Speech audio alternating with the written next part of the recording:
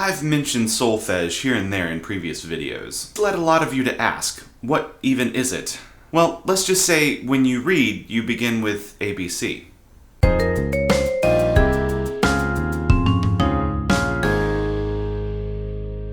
Solfege is a type of solmization, and that sounds like a bad definition, because it is. So what is solmization? It's a system that assigns syllables to pitches. It's often used as a method for teaching musicians or for sight reading. There are plenty of solmization systems across the world in all sorts of different musics, the concept itself forming in India a long time ago. Most Western countries used the solmization system called solfege. Back in the 13th century, our good pal Guido needed a way to teach his students about the different pitches. And he either happened upon this hymn or he wrote it himself. The highlighted notes of this hymn each start with the next note of the scale.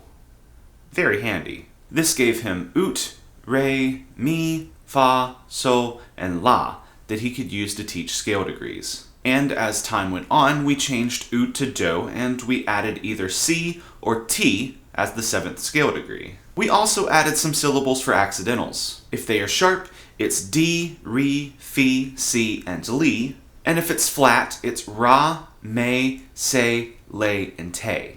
But even with these new additions, we still use solfege much in the same way they did in the 13th century, to help us audiate the music in front of us. Like I said, this is a particularly useful tool in sight reading, or when you're learning music for the first time. It's also helpful in letting us hear the function of particular scale degrees, such as the close relationship between do and sol, or the leading tones that exist within the scale, from mi to fa and from ti to do.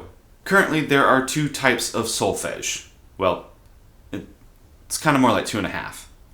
Let me explain. The first one is called movable do. That means that the syllable do is applied to whatever the current tonic note is. If we're in C major, C is do. If we're in A flat major, A flat is do.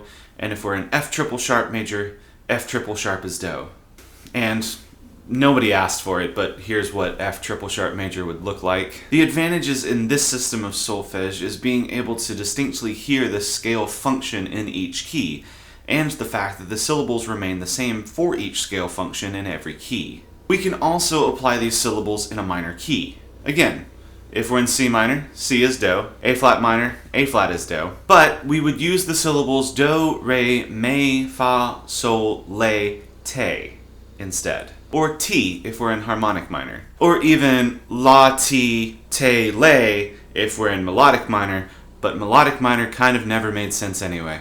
So forget I said anything. That's for another video. Next, there is fixed do. This assigns the syllable do to C, and it is fixed across all keys. The other syllable names are attached to a certain pitch as well. Sol will always be G. Te will always be B flat. Advantages here include greater ease of modulation through solfege, as well as making more sense of atonal music. Some would even say that it helps give a greater sense of absolute pitch. Additionally, nothing changes about the system when we change keys. Last, I said there was kind of 2.5. There is a variation on movable do called la-based minor. La-based minor uses la as the tonic note in a minor key instead of do. This allows a relationship to be seen between the major key, which starts on do, and its relative minor, which starts on la. So, which is the best system?